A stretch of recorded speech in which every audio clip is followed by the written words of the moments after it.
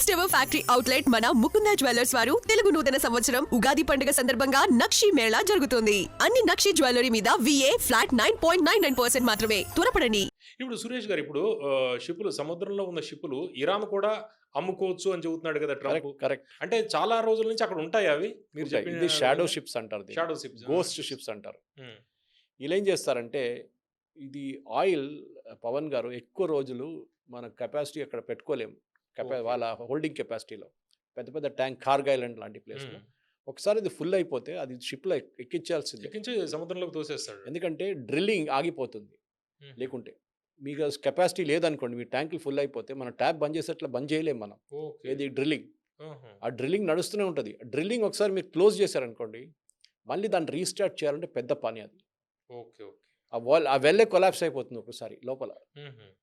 మన కృష్ణా గోదావరి వైపు అప్పుడప్పుడు బ్లాస్ట్లు చూస్తూ ఉంటాం మనం. అవును, ఇది అంటే దింపేసి పంపిస్తూనే ఉండాలి వాడు. పంపిస్తూనే ఉండాలి. వాడేం చేస్తాడు, స్ట్రైట్ ఓవర్ హార్మస్ నుంచి బయటికి వెళ్తాడు. పెద్ద సముద్రం కదా, అక్కడ ఫ్లాగ్ కిందకి దింపేసి లైట్ 2-3 ఎమర్జెన్సీ లైట్లు పెట్టేసి ట్రాన్స్పాండర్ ఆన్ చేసి పండుకుంటాడు. షిప్లో ఒక 60 మంది ఉంటారు, కానీ దే విల్ రిలాక్స్. మా దగ్గర పెద్ద సూపర్ ట్యాంకరు, ఒక millions of barrels of oil. వాడు ఇట్లానే మనం బేరం ఆడుకుంటాం చూడండి, వెజిటబుల్స్, వాడు పక్కన కూర్చొని మాట్లాడతాడు. ఎంత చైనీస్ షిప్ అనగానే ఎవడు ముట్టడు. మొన్న మీకు గుర్తుంటుంది, మన ఇండియన్ నేవీ ఈ యుద్ధం మొదలైనాక ఒక వారం ముందు 3 షిప్పుల్ని పట్టుకున్నారు. ఈ షిప్స్ అది ఇరాన్ నుంచి వచ్చింది. మన వాళ్ళు కొంతమంది ఇక్కడ ఉన్న లెఫ్టిస్ట్ మీడియా వాళ్ళు న్యూస్ తిప్పేశారు దాన్ని. ఇరాన్ అంటున్నారు మా షిప్పులు మీరు పట్టుకున్నారు, దాన్ని ఇడవండి, అప్పుడే మేము మీకు ఆయిల్ ఇస్తామని. అది ఇరాన్ షిప్పులు కాదు, ఇరాన్ నుంచి ఆయిల్ తీసుకెళ్లే షిప్పులు అంతే.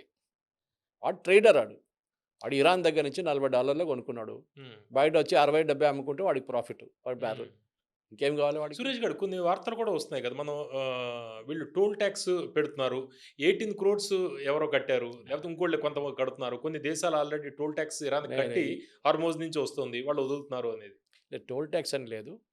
ఇరాన్ ఏమి ఇన్సిస్ట్ చేస్తున్నారంటే మా దగ్గర నుంచి ఆయిల్ కొనుక్కోండి. ఇప్పుడు అమెరికా పర్మిషన్ ఇచ్చారు కదా మీకు, వాడికి ఏం తెలుసు, షిప్ అట్ సీ తెలియదు, అట్ పోర్ట్ తెలియదు, ఫ్రమ్ ద ట్యాంక్ తీసుకెళ్తే వాడు అమెరికా వాడికి తెలియదు.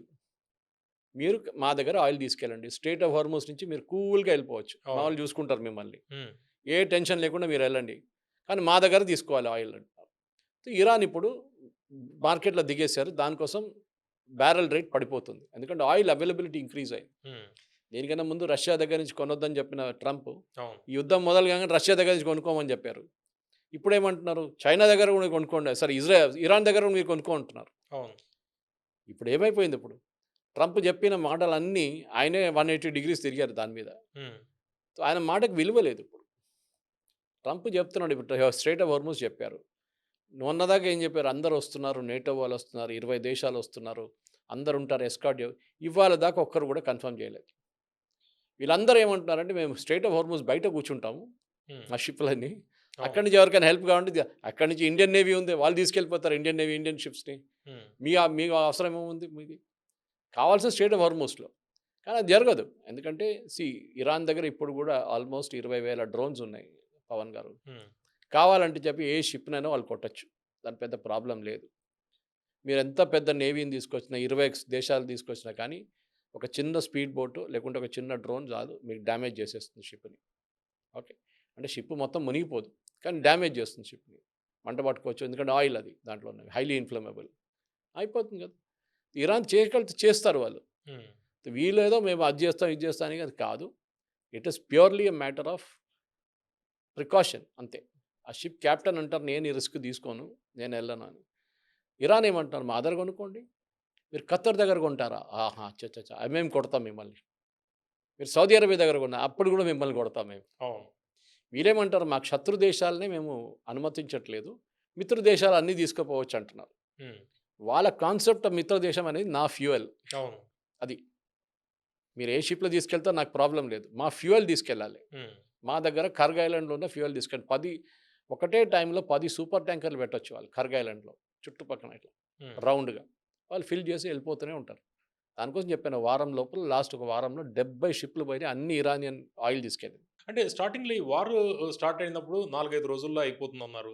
తర్వాతేమో యూఎస్ఏ ఎగ్జిట్ స్ట్రాటజీ గురించి plan చేస్తుందనుకున్నారు.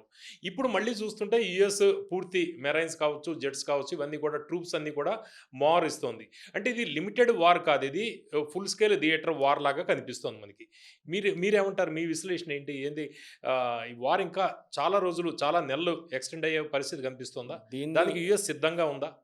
Israeli chief of staff ఒక స్టేట్మెంట్ ఇచ్చారు నిన్న. హ్మ్. మేము ఇంకా 4 వారాల్లోనే మినిమమ్ బాంబింగ్ చేస్తాము ఇరాన్ని. హ్మ్. అది అర్థం చేసుకోండి అక్కడే. అంటే 4 వారాలు నడుస్తుంది. అమెరికా ఉంటారో లేదని చెప్పట్లేదు. మేము చేస్తాం. అవును. అదే టైంలో అమెరికన్ పార్లమెంట్ అంటే వాళ్ళ కాంగ్రెస్ దగ్గర డిఫెన్స్ సెక్రటరీ అడిగారు. నాకు $200 బిలియన్ కావాలి ఈ యుద్ధం నడిపియడానికి ఇంకా. ఇప్పుడు అవును. దాకా వీళ్ళ దగ్గర ఖర్చయింది 25, 30 బిలియన్ ఖర్చయి ఉంటది. అంటే మీకు 200 కావాలంటే మీకు నెక్స్ట్ 200 మళ్ళీ పొడిగించుకుంటూ వెళ్ళిపోతారు మీరు ఈ హ్మ్. అటాక్స్. అదే కదా దాని మీనింగ్ అంతే కదా పవన్ అవును. గారు. మీకే వచ్చేస్తుంది ఆన్సర్ అక్కడ. So if they are asking for $200 billion దానికి ఒక మెసేజ్ ఉంది దాంట్లో. అది చాలా క్లియర్ అన్నమాట. సో ఇప్పుడు అమెరికా చేస్తున్న తప్పేంటంటే ఒకటి ట్రంప్ చెప్పిన మాట మీద ఆయన నిలవట్లేదు. హ్మ్. ఒకరోజు ఒకటి అంటారు, నెక్స్ట్ డే అదంటారు. నేను వార్ వైండింగ్ డౌన్ చేస్తా అంటున్నారు. వాళ్ళ పీట్స్ హెస్గా తెల్లి మాకు 200 బిలియన్ కావాలంటున్నారు. అవును. ఆపిన యుద్ధానికి మళ్ళీ ఎందుకురా డబ్బులు అని అడిగితే అది వాళ్ళకి తెలియదు. హ్మ్. అదే టైంలో మేము మొత్తం ఇరాన్ని ధ్వంసం చేసాం. ఇరాన్ ఏం లేదు. ఇరాన్ నేవీ అయిపోయింది, ఎయిర్ ఫోర్స్ అయిపోయింది అనగానే వాడు మళ్ళీ 2 మిసైల్ ఫైర్ చేస్తున్నాడు మీ వైపు. హ్మ్. మళ్ళీ ఎవరిని ధ్వంసం చేశారు మీరు? వాడు ఇంకా మీద కొడుతున్నాడు, అసెట్ కొడుతున్నాడు. మేము న్యూక్లియర్ అసెట్స్ మొత్తం డిస్ట్రాయ్ చేశారని చెప్పారు అప్పుడు లాస్ట్ ఇయర్ బాంబింగ్ జరిగినప్పుడు. హ్మ్. B2 తీసుకొచ్చి బాంబ్ చేశారు. అవును. మళ్ళీ మీరే అంటున్నారు 6 నెలల తర్వాత వాళ్ళు మళ్ళీ సెంట్రిఫ్యూజ్ తీసుకొచ్చి మళ్ళీ దాని ప్యూరిటీ పెంచుతుంది. మళ్ళీ ఎట్లా చేశారండి? మీరే ధ్వంసం చేశారు కదా! You decide once and for all. మేము బాంబింగ్ చేసాం. ఎఫెక్టివ్ లేకుండే అది. ఆ బాంబులు పడ్డది కానీ డ్యామేజ్ ఏం కాలేదు వాళ్ళకి ఎక్కువ. హ్మ్. దానికోసం వాళ్ళు ప్రొడక్షన్ మళ్ళీ మొదలుపెట్టారు. యెస్. అంటే మీరు న్యూక్లియర్ యాంగిల్ చెబుతున్నారు కాబట్టి, ఇప్పుడు డిమోనాపై దాడి కావచ్చు, నతాంజ్ న్యూక్లియర్ సైట్‌పై బంకర్ బస్టర్ అటాక్ కావచ్చు. అంటే న్యూక్లియర్ ఎస్కలేషన్ ప్రమాదం పెరుగుతోందని భావించొచ్చా మనం? మొన్న ఐఏఈ ఒక స్టేట్మెంట్ ఇచ్చారు. హ్మ్. ఫోర్దో న్యూక్లియర్ ప్లాంట్ మీద కొట్టినప్పుడు ఇరాన్‌లో. సేయింగ్ దట్ లీకేజ్ ఏం కనిపియట్లేదు. కానీ ఇట్స్ వెరీ హైలీ డేంజరస్ అని చెప్పారు. హ్మ్. దాని తర్వాతనే ప్రెసిడెంట్ ట్రంప్ నెటన్యాహుతోని మాట్లాడి మీరు న్యూక్లియర్ సైట్ మీద బాంబ్ వేయకండి. అది అందరికి ప్రమాదం అయితుంది. నాట్ జస్ట్ ఇరాన్ రేపు ప్రాబ్లమ్ ఉంటే చుట్టుపక్కల అన్ని దేశాల మీద ఇంపాక్ట్ ఉంటుంది. వాళ్ళు అక్కడ ఎవరు ఉండలేరు. హ్మ్. మనందరికి తెలిసింది చెర్నోబిల్‌లో ఏం జరిగిందని. అవును. దానికన్నా ముందు సెకండ్ వరల్డ్ వార్ టైంలో హిరోషిమా, నాగసాకిలో ఏం జరిగింది మనందరికి తెలుసు. హ్మ్. Please don't do it. చెర్నోబిల్‌లో జరిగింది అట్లనే. ఆ చెర్నోబిల్ ఇప్పుడు నెక్స్ట్ ఒక 2000 అంటే 3000 సంవత్సరాలు దాని దగ్గర వెళ్ళలేము మనం. అవును. చుట్టుపక్కల ఏరియాస్ మొత్తం పోయినాయి కంప్లీట్‌గా. అదే జరుగుతుంది ఇక్కడ కూడా. హ్మ్. సో న్యూక్లియర్‌ని పక్కన పెట్టండి. Don't touch the nuclear plants. So దానికోసం వీళ్ళన్నారు. ఇప్పుడు డిమోనా మీద కొట్టారు కదా! ఇప్పుడు ఇజ్రాయెల్ ఏమంటారు? అచ్చచ్చచ్చ! మా డిమోనా మీద కొట్టారు కదా మీరు. సో ఇరాన్ ఏమంటారు? డిమోనా ఏమైంది? డిమోనా మీకు తెలీదా? న్యూక్లియర్ అరే మీరే చెప్పారు కదా! మీరు న్యూక్లియర్ లేదని మీ దగ్గర. మళ్ళీ ఇప్పుడే ఎక్కడొచ్చింది న్యూక్లియర్? హ్మ్. అది ఇజ్రాయెల్‌ని ఒక ఏం చెప్తారు క్యాచ్ 22 సిట్యుయేషన్‌లో పడేశారు వాళ్ళు. హ్మ్. ఇజ్రాయెల్ అడ్మిట్ చేయాల్సొస్తుంది ఇప్పుడు. మా దగ్గర న్యూక్లియర్ అసెట్స్ ఉందనేది. హ్మ్. వాళ్ళు ఒక ఎక్స్‌క్యూజ్ యూజ్ చేస్తారు. ఓహ్! రిసర్చ్ ప్లాంట్ అంటే ఇప్పుడు తెహరాన్‌లో ఉన్న ప్లాంట్ ఉంది వీళ్ళది న్యూక్లియర్ యూనివర్సిటీ ఆఫ్ తెహరాన్‌లో. హ్మ్. ఒక యూనివర్సిటీలో ఎవడైనా న్యూక్లియర్ ప్లాంట్ పెట్టుకుంటాడా? కాదు. అది ఓన్లీ టెస్టింగ్ పర్పస్. హ్మ్. మా రిసర్చ్ పర్పస్‌కి పెట్టుకున్నాం మేమంటాం. ఓకే. No problem. కానీ ఎక్కడ నడుస్తుంది? ఫోర్దోలో నడుస్తుంది. ఇస్ఫహాన్‌లో నడుస్తుంది. అవును. ఇట్లాంటి ప్లేస్‌లో యాక్చువల్ ప్రొడక్షన్ నడుస్తుంది. అక్కడ వాళ్ళు కొడతారు. కానీ as far as possible even international atomic energy agency అంటే ప్లీజ్ న్యూక్లియర్ ప్లాంట్స్‌ని ముట్టకండి. న్యూక్లియర్ రిసర్చ్ సైట్స్‌ని ముట్టకండి. పెద్ద ప్రాబ్లమ్ అయితుంది. మీరు కన్వెన్షనల్ మిసైల్స్‌ని కొట్టండి మాకు ప్రాబ్లమ్ లేదు. కానీ ఇట్లాంటి దాన్ని ఇట్స్ వెరీ వెరీ సెన్సిటివ్. చేయకూడదు. అది పెద్ద ఒక ప్రికాషన్ తీసుకోవాల్సిందే మనం. హ్మ్.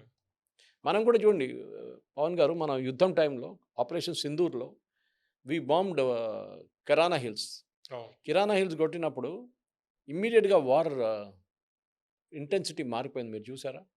వితిన్ ఫ్యూ అవర్స్ వాళ్ళు సీజ్‌ఫైర్‌కి వచ్చేసారు. హ్మ్. ఎందుకంటే తెలిసిపోయింది దట్ వి హావ్ హిట్ మనం డైరెక్ట్‌గా కొట్టలేదు. దాని ఫేస్ మౌత్ దగ్గర కొట్టాం. అంటే ఎంట్రీ పాయింట్ ఉంటుంది. అవును. పెద్ద కొండ కింద. ఎంట్రీ పాయింట్‌లో కొట్టాం మనం. న్యూక్లియర్ వెపన్స్ ఎప్పుడు అసెంబుల్ చేసి పెట్టరు పవన్ హ్మ్. గారు. దానికి ఒక లాంచర్ ఉంటుంది. దానికి ఒక వార్ హెడ్ ఉంటది. దానికి ఒక గైడెన్స్ సిస్టమ్ ఉంటుంది. ఇదంతా ఇంటిగ్రేట్ చేయాల్సొస్తుంది. అంటే వేరు వేరు చోట్ల పెట్టి వేరే చోట పెట్టి దగ్గరే ఉంటుంది. హ్మ్. కానీ అది అసెంబుల్డ్‌గా పెట్టరు. ఓకే. ఓకే. ఓకే. ఎందుకంటే ఇఫ్ ఇట్ లీక్ సడన్లీ అది ఎక్కడికి పోతుందో తెలియదు మనకి. మళ్ళీ మీరు దాని చుట్టుపక్కల ఒక 50 కిలోమీటర్ 100 కిలోమీటర్లు ఎవరు ఉండలేరు నెక్స్ట్ 500 ఇయర్స్. సురేష్ గారు, ఇప్పుడు ఇరాన్ ఇస్తున్న పెద్ద వార్నింగు డీసాలినేషన్ ప్లాంట్స్ డిస్ట్రాయ్ కొడతారు. చేస్తాము. దాంతోపాటు ఎనర్జీ పవర్ ప్లాంట్స్‌ని డిస్ట్రాయ్ చేస్తాము. ఇవన్నీ చెబుతున్నారు. అంటే గల్ఫ్‌లో చాలా దేశాలు మంచినీరు ఉండదు. వాళ్ళు సముద్ర నీళ్ళని సాలినేషన్ ప్లాంట్స్ దాకా లాగా మార్చుకుని మంచినీళ్ళలాగా వాడుకుంటారు. వాటిల మీద టార్గెట్ చేస్తే ఎనర్జీ డిస్ట్రాయ్ చేస్తే ప్లాంట్స్‌ని ఎట్లా ఉంటుంది? అంత నిజంగా చేస్తుందా? చేస్తారు. ఇరాన్ చేశారు కదా! హ్మ్. దీనికన్నా ముందు ఎక్కడో ఒక ప్లేస్‌లో డీసాలినేషన్ కొట్టారు. ఏదో అవును. కంట్రీ ఖతార్ మీద. ఆ! Qatar depends 100% on desalination. హ్మ్.